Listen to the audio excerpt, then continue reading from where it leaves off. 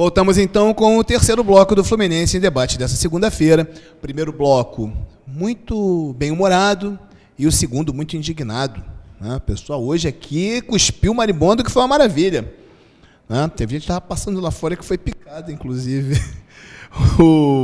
Gente, agora vamos para um terceiro bloco analítico e não tem direito a fugir do assunto, viu, Vieira? Vamos analisar a parte de... Passaram 2 rodadas na última segunda-feira. Passaram 2 rodadas e agora eu queria que nós analisássemos a parte de cima e a parte de baixo. Né? Da tabela. A parte de cima e a parte de baixo da tabela, como muito bem lembrou o amigo nosso querido Paulo Roberto Andel. Né? Gente, olha só. Vamos reparar uma coisa? Depois dessa rodada, agora faltam 12, nós temos 2 quadros muito parecidos, muito interessantes. Lá em cima, nós temos 4 times brigando pelo título mesmo, né, com tudo. Ou seja, Vasco, Botafogo, Corinthians e São Paulo. São 4 times que estão ali uma distância de até 4 pontos, né, o primeiro do quarto colocado. Lá na parte de baixo é a mesma coisa. Você tem 4 times: América Mineiro, Avaí, Atlético Paranaense e Atlético Mineiro. Depois, você tem um espaço de 4 pontos para o Cruzeiro. Né? Aí você tem o Cruzeiro com 29, o Ceará e o Bahia com 30. Né? Legal. É mais ou menos por aí. Não sei, vocês que vão dizer. Lá na parte de cima, você tem outros 3 times na mesma situação, só que todos com 2 com 41, Fluminense e Flamengo, e o Internacional com 40. Vai ficar nisso mesmo, Vieira? Quem é que vai continuar brigando pelo título? Esses 3 que estão lá em cima estão ali tentando chegar, alguém vai conseguir chegar? Em quanto tempo esse pessoal vai pular fora? Enfim, qual a tua opinião sobre tudo isso? Bom, na parte de cima da tabela, a gente já tem um quadro bem formado, que eu acho que na próxima rodada é praticamente um divisor de águas, né? Fluminense e Santos se enfrentam. Santos, inacreditavelmente, perdeu de 3-2 para o Figueirense no final de semana, acabou ficando com 35 pontos na tabela, as 6 de distância do Fluminense, no entanto, com 2 jogos a menos. Com isso, eu acho que o Fluminense e Santos, quem ganhar desse confronto, vai se definir como postulante ou não ao título do campeonato. Caso contrário, o mínimo que eles vão conseguir é brigar pela Libertadores. Em relação ao Vasco, teve uma atuação muito consistente contra o Cruzeiro no final de semana, acompanhei o jogo. Acho que o Vasco está mais firme do que nunca na briga pelo título. O Botafogo estava fazendo um excelente primeiro tempo contra o São Paulo, o Engenhão vibrante. Parecia que ia ganhar de 3, 4, 5-0 e de repente no segundo tempo 2-2, Rogério Ceni acerta uma falta e Botafogo é o Botafogo, né? Sempre acontece isso, sempre dá uma de cavalo paraguaio e chega na hora e acaba perdendo, acaba fracassando. Então é isso, não levo muita fé no São Paulo também. Coitado do Botafogo. Não levo fé no São Paulo. Eu acho que o Inter, mesmo tendo vencido o Atlético Mineiro, é a mesma coisa que bater em cachorro morto. O Atlético Mineiro está horrível nesse campeonato. E com a lesão do Leandro Damião, para mim, já tiro o Inter completamente de briga pelo título. Na parte de baixo, você... Vamos ficar só na parte de cima. Só na parte de cima? Só na parte de cima. A parte de baixo a gente analisa depois. Tranquilo. Então, por hora é só. Paulo, qual a tua opinião aí? Quem ainda briga pelo título? Os 4 primeiros, evidentemente, apesar que terão confrontos difíceis. Eu não acredito que a tabela continuará nas próximas rodadas tendo um grande líder com vários pontos à frente. Acho que vai haver um bolo nisso aí. O Fluminense briga, mas tem uma decisão no sábado contra o Santos.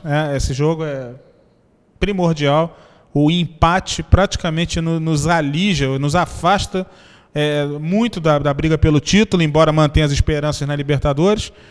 E eu sigo mais ou menos a posição do Marcelo também. Eu acho que o Inter, eu não vejo o Inter com fôlego para avançar muito. Quem talvez possa surpreender, porque tem essa característica de ressurgir, inclusive em momentos trash, é o nosso glorioso clube da Gávea, né? Flamengo.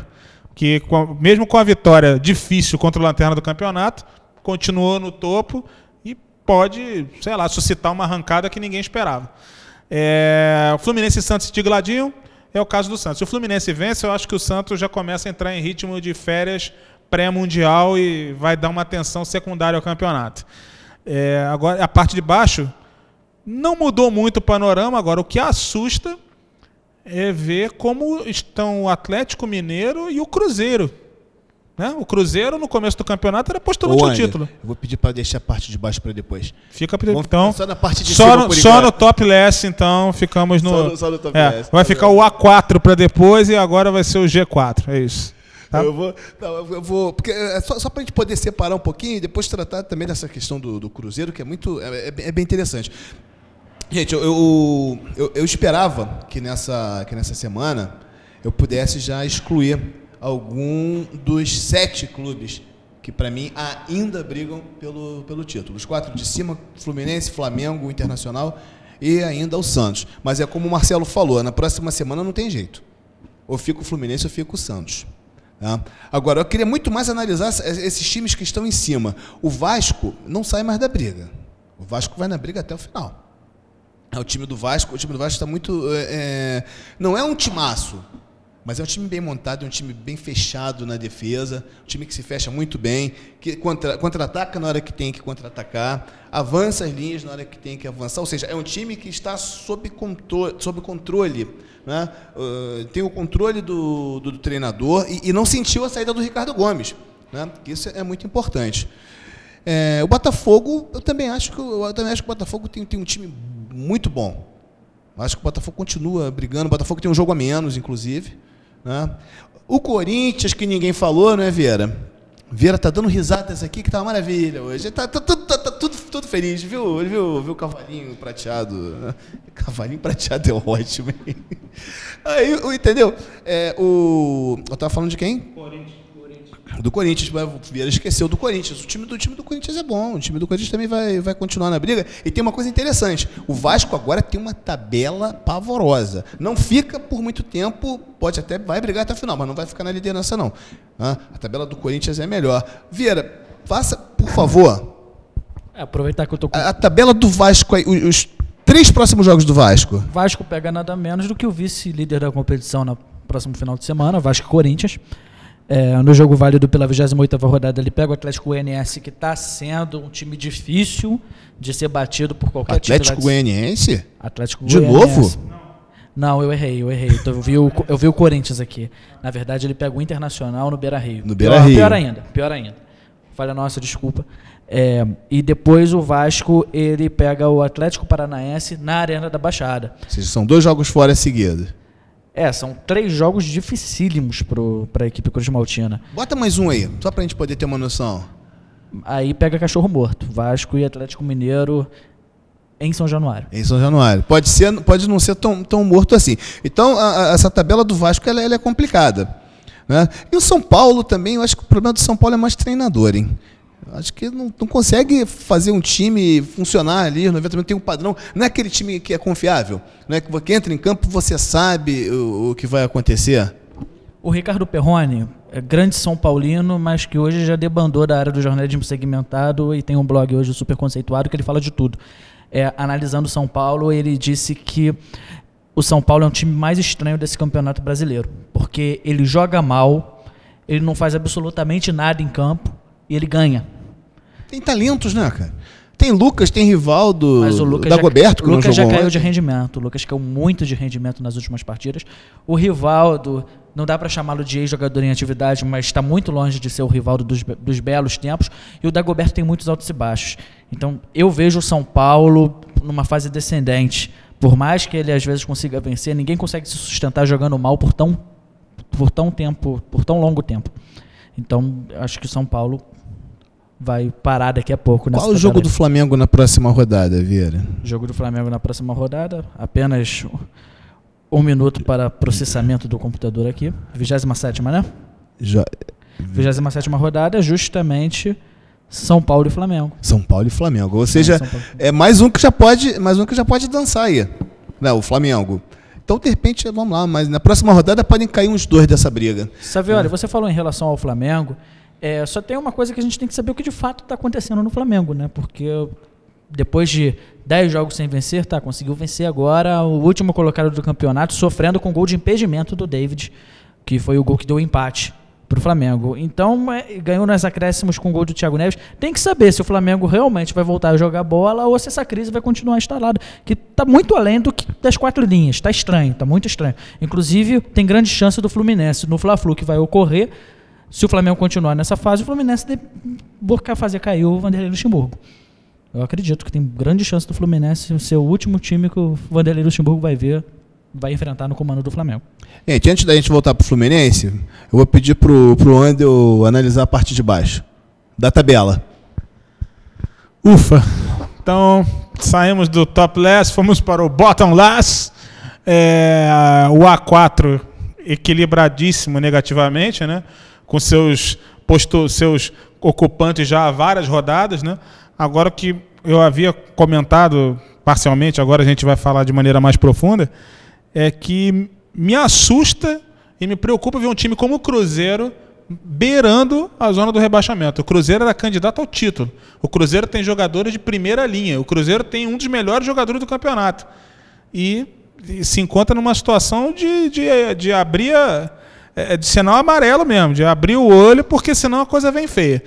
E o nosso simpático Atlético Mineiro, queria mandar um abraço para o Dr. Ricardo Calil, que volta e meia se refere ao Fluminense como um time sem estrutura e sem CT. Pelo visto, com todo... Alexandre Calil, né? Ricardo era o pai dele, né? Desculpa, deixa eu corrigir, era o pai. Isso já vem a dinastia. Depois de longo e tenebroso tempo, parece que o Atlético, com seu CT, com seu poderio, com seu elenco, com suas receitas, está trilhando o caminho da Série B. E detalhe, para eles é perigosíssimo, porque Cruzeiro e Atlético é na última rodada, né? Ou seja, existe o risco seríssimo de, pela primeira vez na história, esse clássico acontecer e o perdedor ser rebaixado para a segunda divisão. É verdade. E pode também ter lá em cima, né? Pô, São Paulo e Corinthians podem estar disputando. Não. São Paulo e Corinthians. Eu não sei quem é que joga na última rodada. Vieira, depois, se você puder ver, quais são os clássicos da última rodada de São Paulo. Tem alguém da produção falando lá. Eu não entendo mímica.